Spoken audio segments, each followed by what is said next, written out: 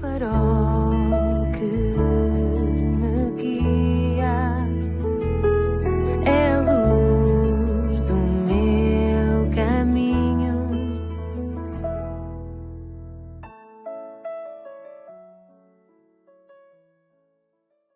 Bem-vindo à 274ª edição do programa Pedindo Luz.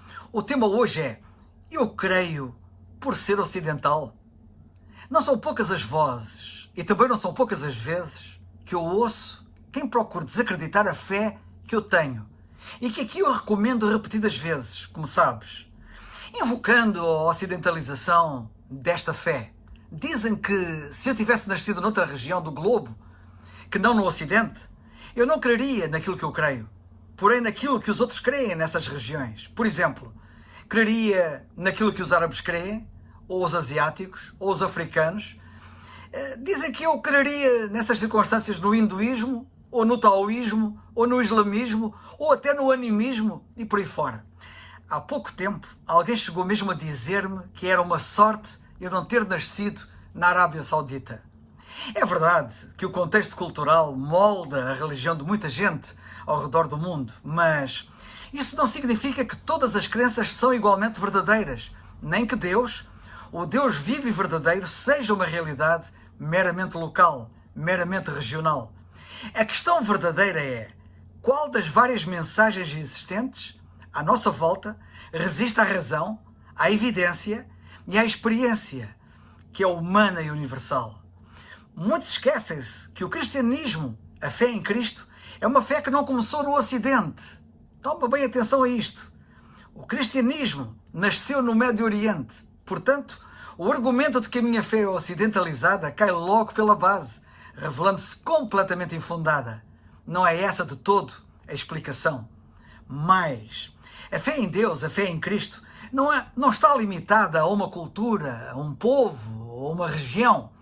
Está em todo o mundo. É verdadeiramente universal.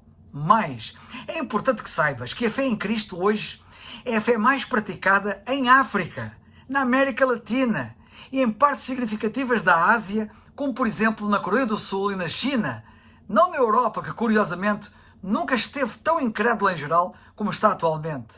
E curiosamente, como tu podes ver, afinal, esta fé que eu tenho está mais implantada no resto do mundo, que tu pensavas que eu, se estivesse lá a viver, creria noutra coisa qualquer, quando os outros creem exatamente naquilo que eu creio. Isso mostra que a fé em Cristo transcende fronteiras culturais. É verdadeiramente e incontornavelmente universal. Por que será que a fé em Cristo é universal, não apenas na sua implantação, mas na sua globalização? Ao contrário, e só para citar dois exemplos, do taoísmo ou do animismo. O cristianismo não é mais um ismo, como tantos outros. Também não é nenhum modismo. Não padece de relativismo, mas desempenha total protagonismo, sendo verdadeiro e natural, verdadeiro mesmo, ecumenismo. Este é que é o verdadeiro ecumenismo, ao ser imbuído de verdadeiro e rigoroso universalismo.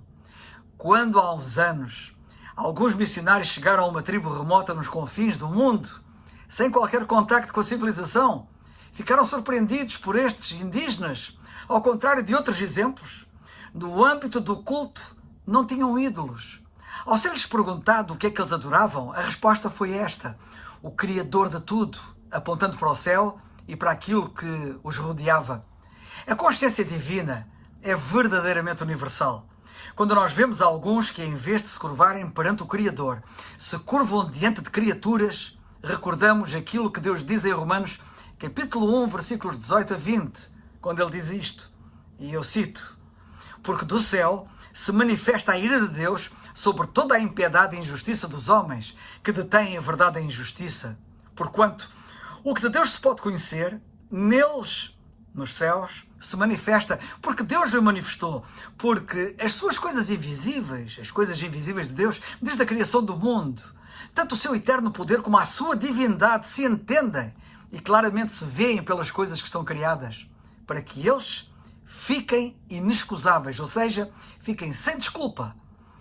É óbvio que aquela tribo não tinha como saber da vinda do Senhor Jesus Cristo a este mundo e, portanto, ignorava tal facto. Mas nunca teria desculpa se não adorasse o Criador, mas adorasse antes qualquer criatura, como tantas outras tribos fazem. Sei pela Bíblia que Deus julgará de acordo com a luz que cada um recebeu. Está escrito: não faria justiça ao juiz de toda a terra? É assim que nós lemos em Gênesis capítulo 18, versículo 25. Mas deixa-me dizer-te que tu estás numa conjuntura bem diferente, tendo acesso à informação que eles não tinham, o que te responsabiliza a ti sobremaneira. É compreensível e legítimo que tenhas dúvidas e questões. Sabe que o próprio Deus convida à busca e à dúvida honesta. Ele disse: buscar-me-eis e me achareis quando me buscardes de todo o vosso coração. É isto que nós lemos em Jeremias capítulo 29, versículo 13. O que pode parecer uma construção humana para alguns, pode afinal ser uma resposta divina ao vazio mais profundo da alma humana. E se Deus realmente existe, e quero que saibas que existe mesmo, então Ele não é uma invenção, mas uma revelação. O Senhor Jesus Cristo é essa revelação de Deus. Ele disse em João no capítulo 14, versículo 1, credes em Deus? Crede também em mim. Porquê? Porquê é que Ele diz isso? Porque Ele é o único mediador entre Deus e os homens. Porque Ele é o único Salvador. Portanto, o único que nos pode salvar. A Bíblia diz: crê no Senhor Jesus Cristo e serás salvo. Atos 16, 31. É o farol que